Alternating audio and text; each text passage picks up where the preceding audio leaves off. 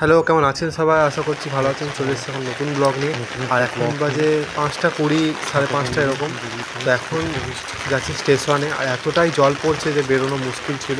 আজকে যাবো ভেবেছি, তাই যাবোই। তো এখন পৌঁছে চলে এসেছি হাওড়াতে। এখন যাব বাস ধরতে, আর বাস ধরে যাব নিউ মার্কেট। নিউ মার্কেট এসে অবস্থা দেখছেন, এতই বৃষ্টি হচ্ছে যে চারিদিকের অবস্থা খারাপ। দেন সব কিছু জিনিসপত্র নিয়ে এখন যাচ্ছি বাড়ির দিকে। আর ট্রেনে চেপে গেছি। আর পুরো রাস্তাটাই এত বৃষ্টি হচ্ছিল, এখনও বৃষ্টি হচ্ছে। আমি ভাবছিলাম জিনিসপত্রগুলো ভিজে না যায়।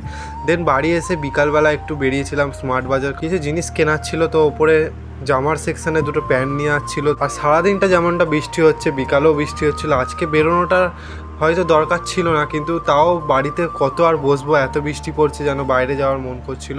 তো চলে এলাম বিকালবেলা। আর এমনি তো এরপরে আরও বৃষ্টি হয়তো পড়বে, তাই আর আজকে এই দিনটাই সব কিছু করে নিচ্ছি।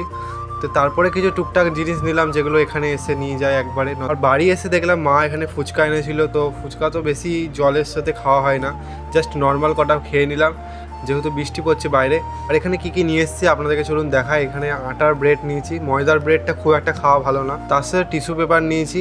আর নিয়েছিলাম মিষ্টি দই। আর মিষ্টি দইটা আর এটা দেখতে পেয়েছিলাম, তো এটাও কিনে নিলাম। এটা আলু ছেলার। আর এখানে চিপসও বানানো যাবে। তো চিপস তো বাইরে থেকে কিনে খাওয়া হয়, বাট এবারে এটা কিনেছি, এটা করে চিপস বানিয়ে দেখবো যেটা হয় নাকি আদৌ। তো ব্লগটা এখানেই শেষ করছি। সবাই ভালো থাকবে, সুস্থ থাকবেন। দেখা হবে পরবর্তী একটা ব্লগে। ততক্ষণের জন্য বাই বাই।